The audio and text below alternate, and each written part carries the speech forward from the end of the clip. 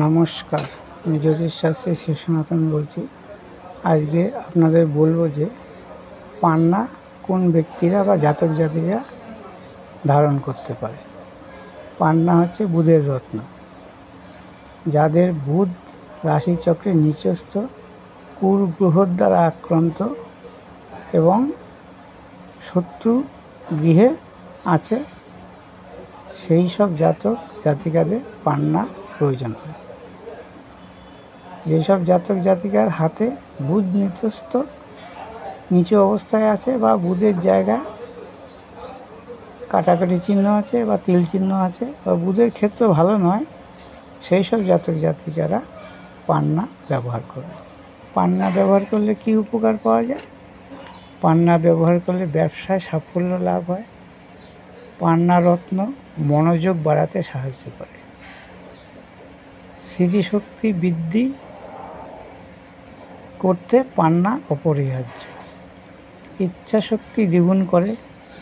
যারা পড়াশোনা করছেন বা উচ্চশিক্ষার জন্য প্রস্তুতি নিচ্ছেন, তাদের সমস্ত বাধা দূর হয়, স্মৃতিশক্তি বাড়ে এবং যাদের ভুলো মন, তাদের মন কিন্তু ঠিক হয়ে যায়। মানে স্বামী স্ত্রীর মধ্যে মধুর সম্পর্ক থাকে পান্না ব্যবহার করলে। বুদ্ধি বাড়ে, গণিতে সাফল্য লাভ হয়, চাকরিতে উন্নতি এবং বিভিন্ন ব্যবসার বিভিন্ন বুদ্ধির মাধ্যমে চাকরিতে উন্নতি লাভ সম্ভব।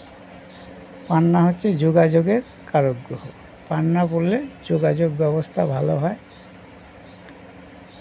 পান্না হচ্ছে এমনই একটা রত্ন, যেই রত্ন পড়লে আপনার যদি নার্ভের কোনো রোগ থাকে, তাহলে সেই রোগ ভালো হয়ে যাওয়ার সম্ভাবনা থাকে। পান্না হচ্ছে সবুজ কালারের হয় এবং পান্না রত্ন খুবই দামি হয় এবং সবাই তো দামি রত্ন ব্যবহার করতে পারে না।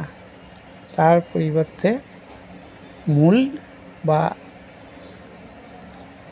অন্য যে উপরত্ন আছে, সেই সব ব্যবহার করলে উপকার পাওয়া যায়। তো পান্না ব্যবহার করলে যেসব সাফল্য বা উপকার পাওয়া যায়, তা এখানে বর্ণনা করা হলো। এবং যাদের রাশিচক্রে বা হস্তরেখায় বুধ গ্রহ নিচস্থ আছে, তারাই শুধু এই পান্না ব্যবহার করবেন।